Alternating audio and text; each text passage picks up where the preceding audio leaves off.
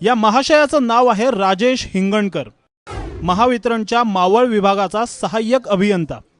Ceiling फॅनची हवा खाण्याच्या मोहापायी राजेशला तुरुंगाची हवा खावी लागते, कारण लाच म्हणून राजेशनं चक्क सिलिंग फॅनची मागणी केली आणि तो सिलिंग फॅन स्वीकारताना लाचलुचपत प्रतिबंधक विभागानं त्याला रंगेहात अटक केली।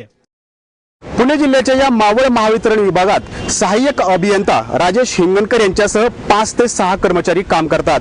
मात्र हिंगणकर यांच्या केबिन व्यतिरिक्त दुसऱ्या कोणत्याही केबिनमध्ये फॅन नाहीये, त्यामुळे या ठिकाणी काम करणारे कर्मचारी आणि येणाऱ्या नागरिकांना उकाड्याचा त्रास सहन करावा लागतो।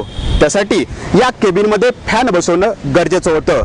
मात्र महाशय हिंगणकर यांनी या फॅनची मागणी मुख्य शाखेकडे न करता थेट लाचेच्या स्वरूपातच या फॅनची मागणी केल्याचा त्यांच्यावरती आरोप आहे। कदाचित या लोकसेवकाच्या मनामध्ये असं अप्रेन्शन असावं की कॅश घेताना आपल्याला कोणी पकडू नये, पण त्यांना कदाचित ही माहिती नसेल की आपण एखादी वस्तू स्वरूपात सुद्धा लाच घेतली तर ती लाचच असते आणि त्यामुळे कारवाई केली जाते। या घटनेमुळे फक्त राजेशची लाचखोरीच नाही तर सरकारी कार्यालयाची दुरावस्थाही उघड झाली। नाझीम मुल्ला, एबीपी माझा, पिंपरी।